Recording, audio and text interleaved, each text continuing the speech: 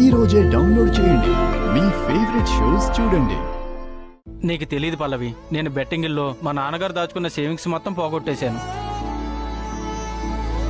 మా నాన్నకి తెలిస్తే చంపేస్తాడు. ఇక నేను చచ్చిపోదామని ఫిక్స్ అయిపోయాను. ఆఖరిసారిగా ఎందుకో ఎవరో ఒకరితో మాట్లాడాలి అనిపించింది.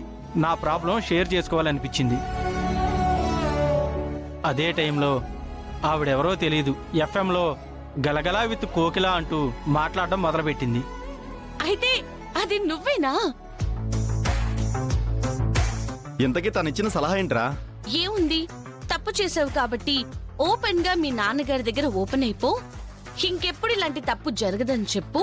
పుట్టింది చావడం కోసం కాదు అని తనతో మోటివేషన్ చేస్తూ మాట్లాడింది. వాళ్ళ నాన్నగారితో కూడా మాట్లాడింది.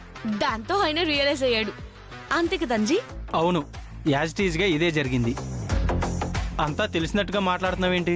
అయ్యో, మాట్లాడింది నేనే కదా.